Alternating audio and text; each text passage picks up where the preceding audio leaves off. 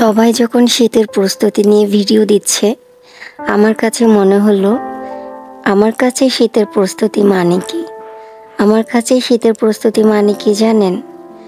শীতের সকালে ভোরে ঘুম থেকে উঠে ফজরের নামাজটা পড়া। এটা আমার কাছে শীতকালে ভীষণ রকম কষ্টের একটা কাজ। তো শীতকালীন প্রস্তুতির প্রথম ধাপ হিসেবে আমি সকালবেলা ভোরে ঘুম থেকে উঠে নামাজ পড়াটাকে বেছে নিয়েছি। মানে প্রথম দিকে কয়েকদিন যদি রেগুলার উঠতে থাকি, সেটা নিশ্চয়ই অভ্যাসে পরিণত হবে। তারপর অন্যান্য প্রস্তুতিগুলো আসবে। আসসালামু আলাইকুম, ছোট্ট বাবান সোনা জোহানের মামা বলছি। কেমন আছেন সবাই? নতুন দিনে নতুন আরেকটি ভ্লগে আপনাদের সবাইকে স্বাগত জানাই।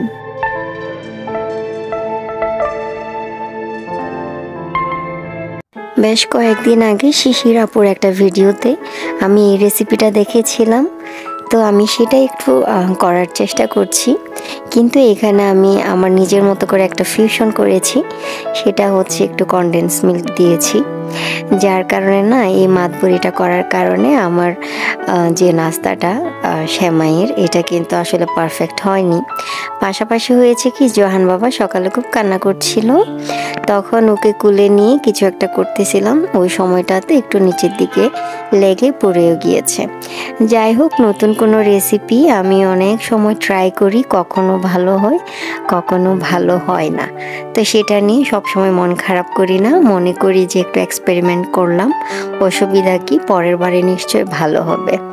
এভাবে করে যদি আমরা আমাদের খারাপ সময়গুলা, আমাদের ফল্টগুলা, আমাদের জীবনের যে অনেক আসলে বাজে জিনিস ঘটে যায়, বাজে ঘটনা ঘটে যায়, সেই সময়গুলাকে, সে ব্যাপারগুলাকে, সে ঘটনাগুলাকে আমরা ইজিলি একটু মেনে নিতে পারি, আমার কাছে মনে হয় আমাদের জীবনটা অনেকটা সহজ হয়ে ওঠে, অনেকটা সহজ হয়ে যায়। যারা খুব সহজে সব কিছু মেনে নিতে পারে না, তাদের জন্য জীবনটা কিন্তু অনেক কঠিন, তাই না?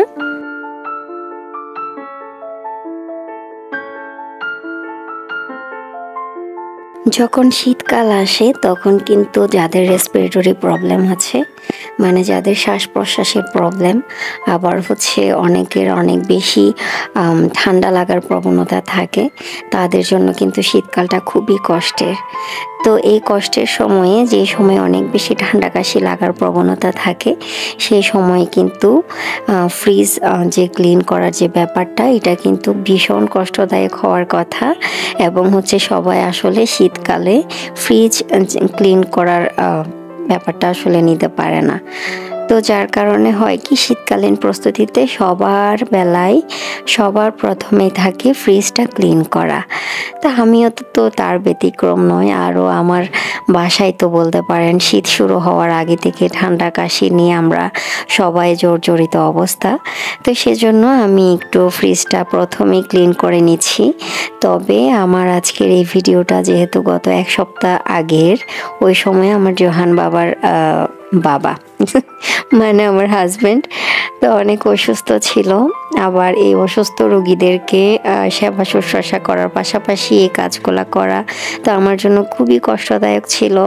আবার সাথে ভিডিও করা মানে হচ্ছে একটা আলাদা প্যারা, যে ভিডিওতে কেমন আসতেছে না আসতেছে, কোন অ্যাঙ্গেল থেকে আমি ক্যামেরাটা বসাচ্ছি, সেটা করতে গিয়ে আমার কাজের কোনো অসুবিধা হচ্ছে কি না, এগুলা খেয়াল রাখতে যেয়ে আসলে আরও বেশি কষ্ট হয়ে যায়।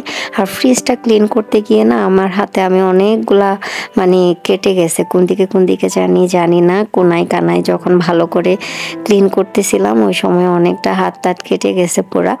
তো যাই হোক, তারপরেও কষ্ট করে এই কাজটা করে ফেলেছি। আমার মনে হলো অন্য প্রস্তুতির থেকেও এই প্রস্তুতিটা আসলে সবার আগে করা উচিত, যার জন্য অনেক কষ্ট করে করেছি। আর এই যে দেখেন ডাইনিং টেবিলের নিচে কি পরিমাণ ময়লা। এখানে জোহান বাবা মনে হয় দিনে 3 বেলা যখন খাওয়া দাওয়া করে, ওই 3 বেলায় সে খাবার ফেলে একেবারে মানে ইয়ে করে ফেলে, নিচে দাগ লাগাই ফেলে প্রত্যেকবার আর কি। তো বুয়া তো সকালে এসে পরিষ্কার করে, বাট যেই সময়ের ভিডিও এটা, ওই সময় আমি আমার বাসায় যখন জোহানের বাবা অসুস্থ ছিল তখন আমার বুয়াও অসুস্থ ছিল। সে প্রায় 5 দিন, একদম মানে 5 দিন পর্যন্ত আমার বাসায় আসে নাই। তখন প্রত্যেক দিন আমারই হচ্ছে পুরা বাসাটা ক্লিন করা লাগতেছিল আর কি। যার কারণে আমি ফ্রিজটা যেদিন পরিষ্কার করেছি সেদিন সকাল সকাল উঠে বাসার যত মাকড়সার জাল, ঝুল টুল বলে এগুলো সব পরিষ্কার করেছি। তারপরে হচ্ছে পুরা বাসা ঝাড়ু দিয়েছি, তারপর হচ্ছে ফ্রিজটা ক্লিন করেছি। তারপরে এসে আমি আবার একটু মপ নিয়ে হচ্ছে ক্লিন করে নিয়েছি পানি দিয়ে ভালো করে। তো খুবই কষ্ট গিয়েছে ওই দিন। আমারও ভীষণ একটা শরীর খারাপ উঠে গিয়েছিল, খুবই পেট ব্যথা ছিল, হুট করে চোখ মুখ ঘুরে একেবারে পড়ে যাব এরকম একটা অবস্থা ছিল। এগুলা সব করার পরে কিন্তু আবার দুপুরে রান্না বান্নাও করেছি, মানে খুবই কষ্ট হয়েছে ওই দিন আসলে, সত্যি কথা। তো যাই হোক, আমরা গৃহিণীদের আসলে সঠিক সময়ে সঠিক কাজটা করে নিলে পরবর্তীতে একটু স্বস্তি মেলে। সেজন্যে আমরা সবাই আসলে যে সময়ে যে কাজটা সেটা করার চেষ্টা করি। যতই অসুস্থ থাকি না কেন পরবর্তীতে স্বস্তিটা আমরাই পাবো, ওই হিসেব করে হলেও কষ্ট করে কাজটা করে ফেলি।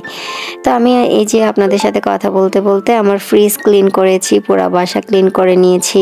ফ্রিজের ডিপের জিনিসগুলা প্রথমেই ক্লিন করে বের করে ক্লিন করে তারপর আবার ঢুকিয়ে রেখেছি, যেহেতু রাতের থেকে আমি ফ্রিজটা হচ্ছে অফ করে রেখেছিলাম। তারপর নর্মালের সব জিনিসপত্র আবার একে একে ভালো করে ধুয়ে টুয়ে আবার সব যেসব জায়গার জিনিস সেসব জায়গায় রেখে দিয়েছি। তারপর এখন এসেছি আপনাদের সাথে আমি একটা পার্সেল আনবক্সিং করব আপনাদেরকে সাথে নিয়ে। তো বরাবরই জানেন আমার কিন্তু পার্সেল আনবক্সিং করতে খুবই ভালো লাগে এবং সেটা আপনাদের সাথে শেয়ার করতে আরও বেশি ভালো লাগে। তো যাই হোক, আমি এখানে দারাজে 3টা প্রোডাক্ট অর্ডার করেছি, খুবই ছোট ছোট জিনিস, মাত্র মনে হয় 3টা মিলে 400 টাকা এসেছে।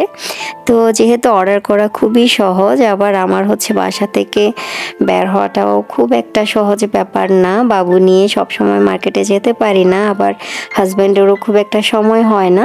তো আমার আসলে অনলাইনই ভরসা। তো এই যে দেখতে পাচ্ছেন এখানে কিছু ওয়ালে গ্লু দিয়ে লাগানো হুক, এগুলা আসলে অনেক কাজে দেয়। তো 10টা মনে হয় 140 টাকা, খুব সম্ভবত 120 টাকা না 140 টাকা, ভুলে গিয়েছি। 10টা হুক 120 টাকা হয়তো। তো এটা মনে হয়েছে কাজে দিবে, যে কোনো কাজে হুটহাট হয়তো লাগতে পারে, সেই হিসেবে একসাথে অর্ডার করে দিয়েছি।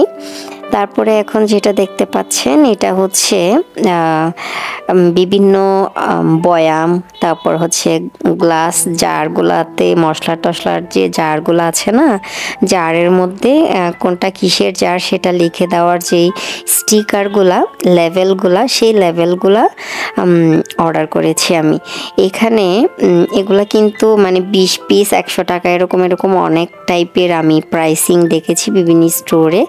তো এখন যেটা দেখতে পাচ্ছেন এখানে 3 রকমের ডিজাইন আছে লেভেলিংয়ের। 120 পিস 140 টাকা। আমার কাছে এই ডিলটাই সব থেকে বেশি মনে হয়েছে ভালো হয়েছে বা রিজনেবল হয়েছে। 120 পিস যেহেতু আছে, তো সেটা তো আমি অনেক দিন ইউজ করতে পারবো। আমার তো এতগুলা জারও নাই বলতে গেলে, 10-20টাতে হয়তো বা লাগাবো পরে। এখানে সাথে একটা প্যানও দিয়ে দিয়েছে, যে প্যানটা হচ্ছে যে প্যানের যে কালিটা, এটা কিন্তু আবার উঠিয়ে আরও একটা লেখা যাবে এরকম। তারপরে ওই যে লেভেলিংটা কিন্তু ওয়াটারপ্রুফ, যার কারণে আমার কাছে খুব ভালো লেগেছে যে এটা একটা কাজের জিনিস নিয়েছি। তারপরে এখন যেটা দেখতে পাচ্ছেন এটা হচ্ছে আমার মনে হয়েছে না এই প্রোডাক্টটাতে আমি ঠকেছি। এটা খুব ছোট একটা জিনিস, বোতলের মধ্যে লাগিয়ে, বোতলের মুখের মধ্যে লাগিয়ে স্প্রে করার মতো করে করব আর কি। তো আমার বাসায় আমার ব্যালকনিটার মধ্যে যা গাছ পালা আছে, আমি যা রেখেছি আর কি প্ল্যান্ট, তো এগুলাতে সব সময় ধুলা জমে, 1 2 3 4 5 10 লেয়ার পর্যন্ত ধুলা জমে বসে আছে। দেখতে ভালো লাগে না, সবুজ পাতা সবুজ দেখায় না বলতে গেলে। আর কোনো তো ফুল গাছ নেই আসলে, আমার এত ধুলা আছে যে কোনো ফুল গাছই আমার ব্যালকনিতে হয় না। তো যাই হোক, আমি ভেবেছি গাছের মধ্যে প্রতিদিন একটু স্প্রে করলে তারপরে হচ্ছে গাছগুলা দেখতে সুন্দর লাগবে, একটু ফ্রেশ থাকবে। সেজন্যই আমি হচ্ছে এই যে বোতলের মুখের সাথে লাগানোর যে স্প্রের মুখটা এটা নিয়েছি। এটা কিন্তু 120 টাকা নিয়েছে। এটা খুবই ছোট একটা জিনিস, মনে হয়েছে দোকান থেকে নিলে হয়তো আমি এটা 40-50 টাকা দিয়েও পেতাম, কি জানি আমার এরকম মনে হয়েছে। যাই হোক, এগুলাই আমি নিয়েছি কিছু প্রয়োজনীয় জিনিস। শেষে হচ্ছে তখন জোয়ানের বাবা যেহেতু অসুস্থ ছিল, বাইরে থেকে খাবার নিয়ে এসেছিলাম, বাসায় রান্না করা হয়নি, আর অনেক কাজ ছিল, সেজন্য এগুলাই হচ্ছে রাতের আমাদের ডিনার ছিল। তো আজকের ভিডিওটা এই পর্যন্ত। যারা এতক্ষণ ধরে আমার সাথে থেকেছেন সবাইকে অনেক ধন্যবাদ। আর সবাই ভালো থাকবেন, আমাদের জন্য দোয়া করবেন, সবাইকে ভালো রাখার চেষ্টা করবেন। আল্লাহ হাফেজ, আসসালামু আলাইকুম।